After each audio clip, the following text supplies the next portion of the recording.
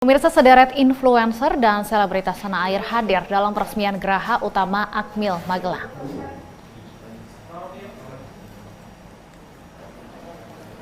Berbeda dengan kegiatan militer biasanya, peresmian Geraha Utama Akademi Militer di Magelang, Jawa Tengah kemarin dihadiri belasan influencer. Tidak hanya Letkol tituler TNI Deddy Corbuzier, acara ini juga dihadiri Raffi Ahmad, Nagita Slavina, Atta Halilintar, hingga Ria Ricis. Kehadiran para influencer ini pun disinyalir sebagai salah satu upaya pertahanan dan bela negara dalam melawan serangan budaya asing.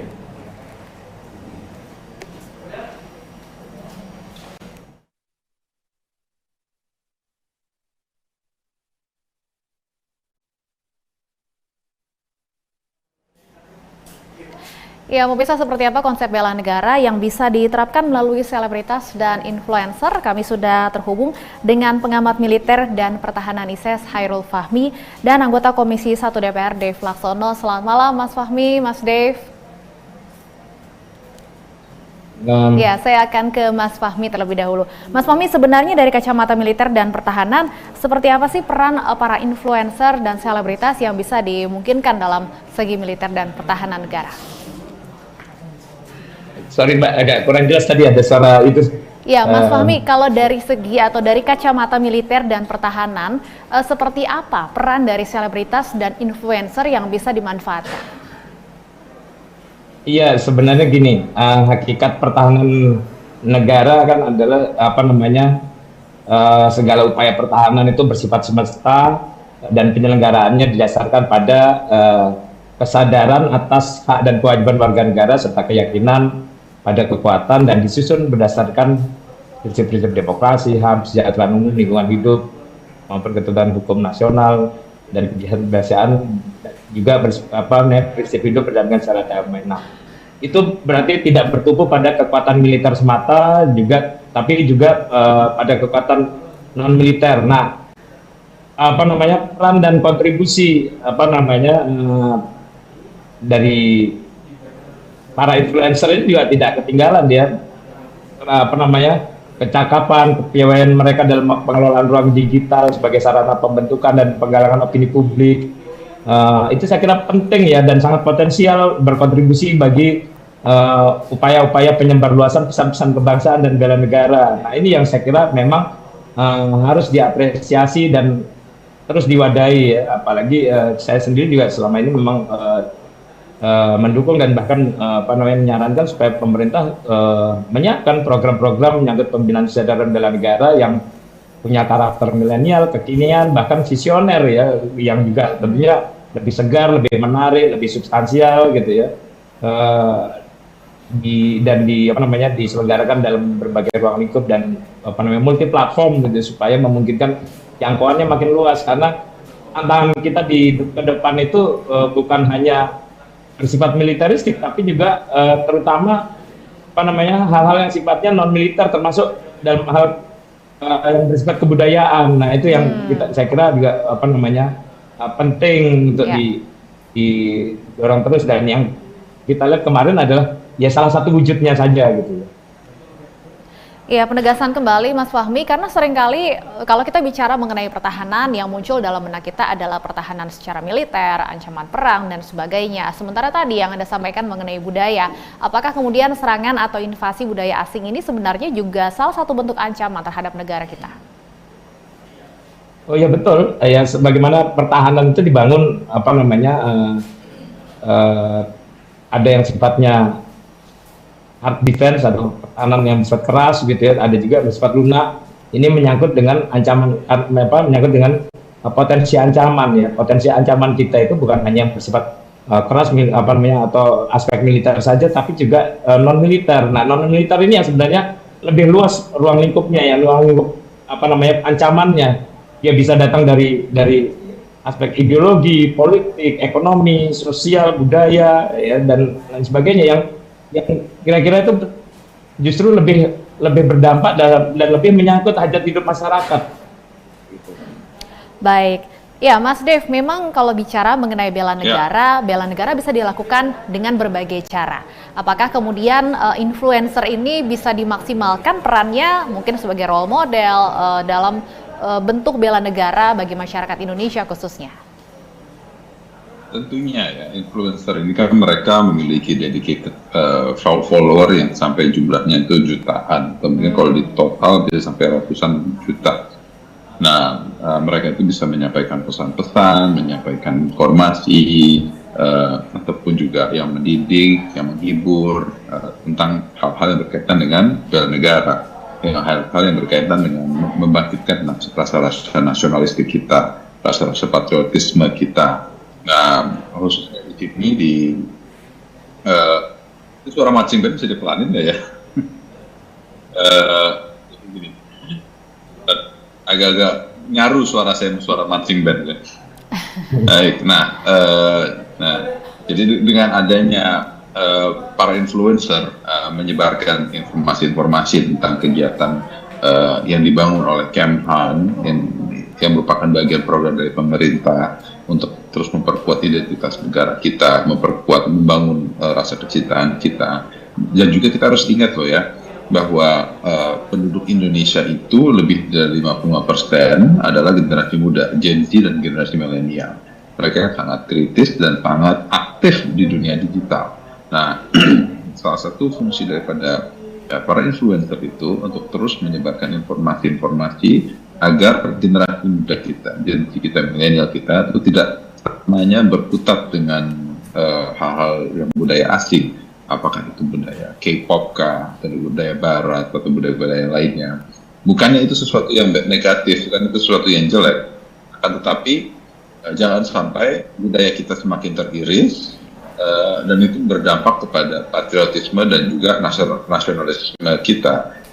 Jadi salah satu fungsi upaya daripada influencer itu adalah terus menebarkan benih-benih kecintaan terhadap bangsa dan negara dan juga kepada sesama. Begitu. Iya, Mas Fahmi, kalau tadi Anda sampaikan memang perang ini tidak melulu soal alutsista, tapi juga ada perang budaya. Lalu Mas Fahmi, artinya apakah sudah tepat kemudian langkah yang dilakukan oleh Menhan Prabowo menggandeng influencer untuk mengambil peran tersendiri dalam memerangi budaya asing ini? Oh, saya kira sangat tepat ya. Bahkan sebenarnya kalau menurut saya ini jauh lebih tepat daripada pemberian pangkat tituler Deddy Corbuzier beberapa waktu yang lalu ya, karena apa namanya, kita tidak hanya melihat patriotisme, nasionalisme, kemudian bela negara ini hanya bisa diwadahi melalui aktivitas-aktivitas yang bersifat militer begitu ya, dan militer bukan satu-satunya jalur untuk bisa berpartisipasi dan berperan secara optimal dalam aksi dan narasi bangsaan maupun bela negara gitu ya, sehingga apa namanya, menurut saya ya ini cara yang sangat tepat dan sangat layak untuk terus dilakukan gitu ya, karena lagi-lagi kita untuk menghadapi ancaman-ancaman yang sifatnya non militer itu perlu kolaborasi semua pihak, tidak bisa hanya dibebankan pada kemampuan pertahanan keras semata gitu. Ini harus dilakukan melalui berbagai berbagai bentuk kolaborasi lah ya, supaya ancaman-ancaman yang bersifat non militer tadi bisa kita tangkal lebih dini, dan kita melalui upaya-upaya penguatan narasi kebangsaan dan patriotisme gitu. Ya, saya ingin kembali ke Mas Dev. Mas Dev, kalau Komisi 1 melihat apakah ini juga sudah menjadi concern dari Komisi 1 DPR bahwa saat ini ancaman bukan hanya terkait dengan ancaman militer, ancaman dari segi alutsista, tapi juga ada ancaman budaya asing yang terus masuk ke Indonesia? Ya, tentunya ini salah satu pertimbangan kita untuk meningkatkan baik keberadaan dan juga kemampuan dan juga strategi-strategi militer ataupun strategi perang ataupun militer selain perang, di mana kita membangkitkan rasa persatuan dan kesatuan kita melalui kebudayaan kita, karena ancaman terhadap kedaulatan negara kan bukan hanya selalu ancaman penyerangan secara fisik ya, ancaman kebudayaan atau juga ancaman kedaulatan terhadap pangan, terhadap energi, ataupun juga terhadap dunia digital kita. Kan setiap harinya itu ada belasan atau puluhan ribu serangan yang masuk dari luar negeri ke Indonesia untuk menyerang baik website kita kah, ataupun juga banking system kita, dan makanya kan masih sering terjadi kebocoran data dan lain-lain. Nah, hal inilah yang harus menjadi bagian dari tugas pemerintah, baik pemerintahan Presiden Jokowi ataupun kedepannya. Nah, untuk terus meningkatkan kemampuan dan kapasitas kita untuk menangkal ancaman-ancaman tersebut. Dan salah satu upaya untuk lebih memperkuat posisi kita di dunia digitalisasi, ya terus kita itu salah satu strateginya adalah dengan para influencer agar membangun kebersamaan kita demi memperkuat kedaulatan kita dan juga menghadapi ancaman-ancaman apapun yang mungkin muncul di masa depan. Iya, Mas Dev, DPR melalui Komisi 1 memang juga yang pernah menyuarakan bahwa kemudian konsep bela negara ini tidak hanya lewat pendidikan militer saja. Apakah artinya yang saat ini dilakukan oleh Kemenhan akhir-akhir ini, belakangan ini, sudah sejalan dengan yang diharapkan oleh DPR? Tentunya, ini adalah satu langkah-langkah menuju ke sana. Memang masih butuh program-program selanjutnya, baik apakah itu penambahan programnya ataupun juga konsep-konsep baru. Yang jelas ini sudah on the right track lah, di arah yang benar untuk mencapai target tujuan utama kita, yaitu benar-benar memiliki kedaulatan yang utuh akan di semua sektor, semua lini, termasuk di dunia digitalisasi kita. Baik, Mas Fahmi, sepertinya baru kali ini ya kita melihat selebritas dan influencer dilibatkan dalam kegiatan pertahanan, dalam kegiatan militer. Seperti apa kemudian cara kita bisa mengoptimalkan peran mereka dalam pertahanan dan juga dalam konsep bela negara itu sendiri? Ya, tadi saya katakan bahwa kecakapan dan kepiawaian mereka dalam pengelolaan ruang digital ya, sebagai sarana pembentukan dan pengenalan opini publik itu saya kira tidak diragukan lagi, dan itu justru menjadi modal besar bagi mereka untuk berkontribusi ya, dalam penyebarluasan pesan-pesan kebangsaan dan bela negara. Apalagi tadi juga disampaikan oleh Mas Dik, kekuatan mereka ada pada dedicated followersnya yang luar biasa besarnya. Itu kan membuat upaya-upaya membangun rasa cinta tanah air, rasa kebangsaan, kemudian itikat untuk melakukan bela negara ya, lintas profesi multi platform tadi, itu juga bisa dilakukan dengan lebih luas, lebih efektif gitu ya. Nah, kemudian ini juga menunjukkan bahwa kekhawatiran selama ini bahwa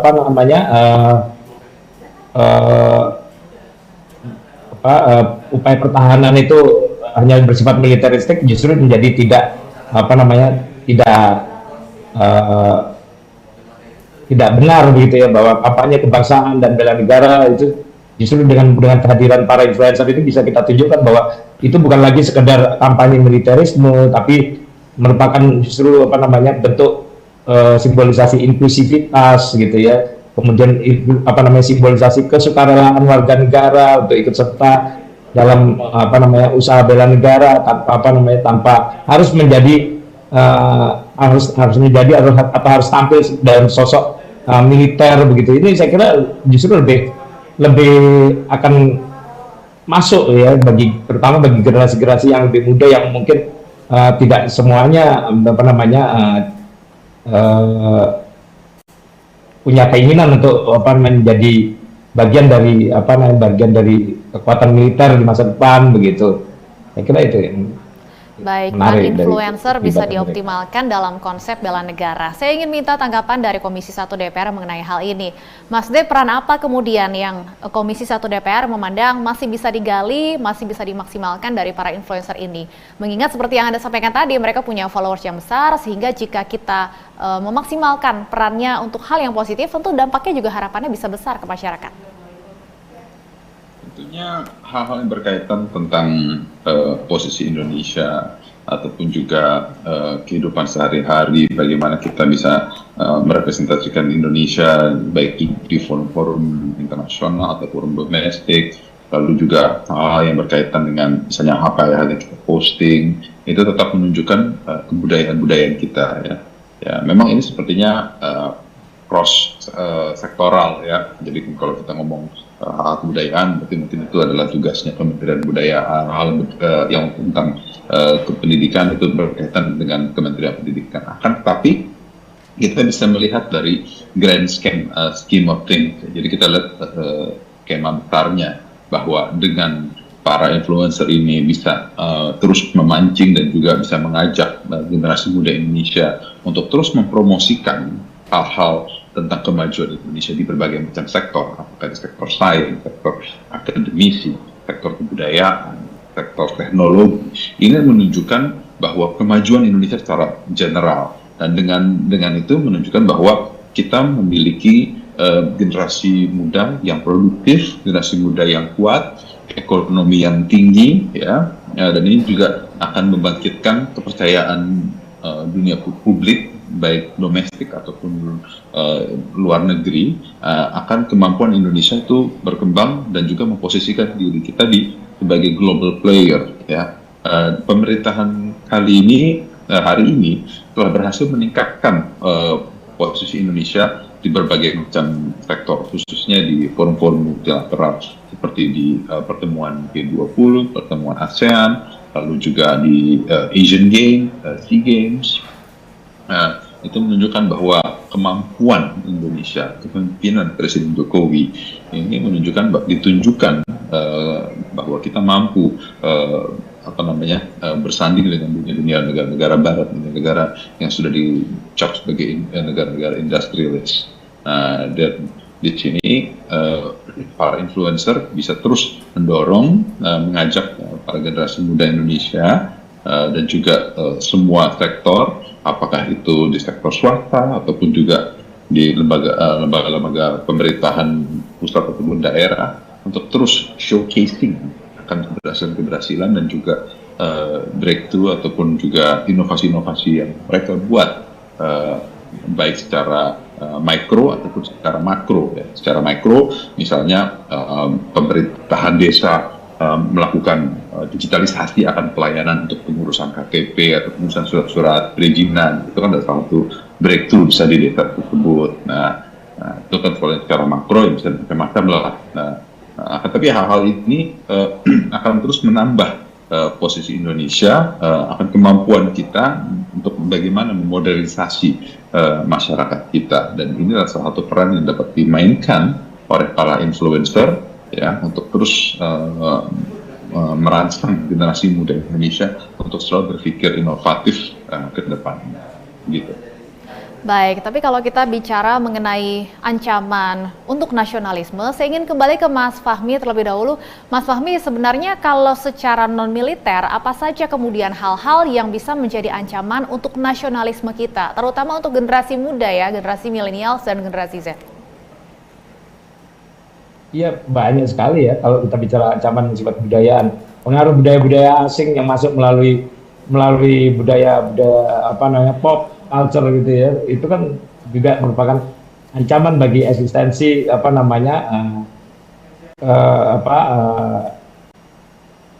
budayaan kita gitu ya sebenarnya. Nah, bagaimana kemudian kita bisa membentengi diri tanpa harus juga membatasi gitu ya,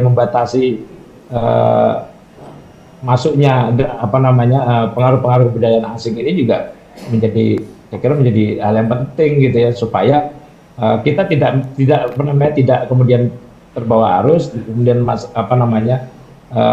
tapi justru sebaliknya kita justru bisa tetap bisa menampilkan identitas kita meskipun juga tidak menolak kebudayaan asing itu, dan kita bisa beradaptasi bahkan dengan ancaman itu, kemudian kita justru bisa menunjukkan hal-hal yang lebih kuat kepada dunia luar gitu ya, untuk bahwa kita punya budaya yang mungkin lebih baik, lebih positif gitu, sehingga itu juga bisa bukan sekedar kita bertahan dari gempuran budaya asing, tapi juga kita bisa memperkenalkan dan bisa menawarkan hal-hal yang lebih positif gitu. Baik, Mas Dev, seperti apa kemudian komitmen dan bentuk dukungan dari DPR, khususnya dari Komisi 1 dalam mendukung Kemenhan ya untuk melawan infiltrasi budaya asing ke Indonesia? Ya, yang pasti kalau dari DPR sesuai dengan aturan undang-undang, kan hak kita adalah hak budgeting, terus hak undang-undang, dan juga hak pengawasan. Jadi dukungan kita itu memastikan bahwa anggaran Kemhan yang tersedia untuk kepentingan ini itu tercukupi, terus juga secara aturan undang-undangnya itu jangan sampai melanggar. Bila mana dibutuhkan undang-undang khusus ya tentu kita siap untuk membahas. Bila sudah cukup dengan undang-undang yang ada ya tinggal dijalankan, dan juga ya pasti akan ada review dari kami. Ya, itu kita akan membahas itu baik di rapat-rapat RDPU atau dengan raker dengan Kemenhan itu sendiri. Kita akan pelajari lebih jauh dampak-dampaknya secara akademisi, positif dan negatif sejauh mana. Tentunya sejauh ini kita melihat ini sangat baik, dan juga respons masyarakat juga cukup baik, dan kita yakin bahwa ini akan terus berjalan dengan baik ke depan. Ya, Mas Dev, jika memang influencer ini dilihat punya potensi yang besar untuk konsep bela negara non-militer khususnya, perlukah kemudian ke depannya diatur dalam legislasi atau cukup seperti yang sekarang dikerjakan oleh Kemenhan? Ya, tergantung ke depannya ya, baik Menhan yang hari ini ataupun ke depannya, mau ditingkatkan sejauh mana. Bila mana memang dibutuhkan satu legislasi khusus ya bisa kita bahas. Tentu kan DPR pada sikapnya itu adalah terbuka untuk membahas ini. Akan tapi kalau untuk sejauh ini sih kita lihat bahwa undang-undang yang ada mencukupi untuk posisi para influencer, kecuali mau ditingkatkan lebih dalam lagi. Nah, itu ya kita mesti diskusikan lebih jauh lagi. Baik, iya Mas Fahmi, kalau melihat program dari Kemenhan selain influencer juga sempat ada usulan rencana untuk juga mengundang seniman untuk membuat kemudian karya-karya untuk menumbuhkan kembali nasionalisme di tanah air. Apakah saat ini memang sekrisis itu begitu sehingga dibutuhkan kemudian peran dari influencer dan publik figur lainnya untuk membantu menggandeng khususnya generasi muda? Iya, bukan krisis ya, tapi ini kita lebih pada antisipasi ya. Jadi pertahanan itu bukan baru disiapkan hari ini untuk menghadapi ancaman besok ya, tapi pertahanan itu disiapkan hari ini untuk menghadapi ancaman sekian sampai dengan sekian puluh tahun ke depan. Jadi kita sifatnya memang harus antisipatif ya. Kita membangun pagar yang kokoh hari ini bukan untuk antisipasi maling yang datang nanti malam kan gitu. Jadi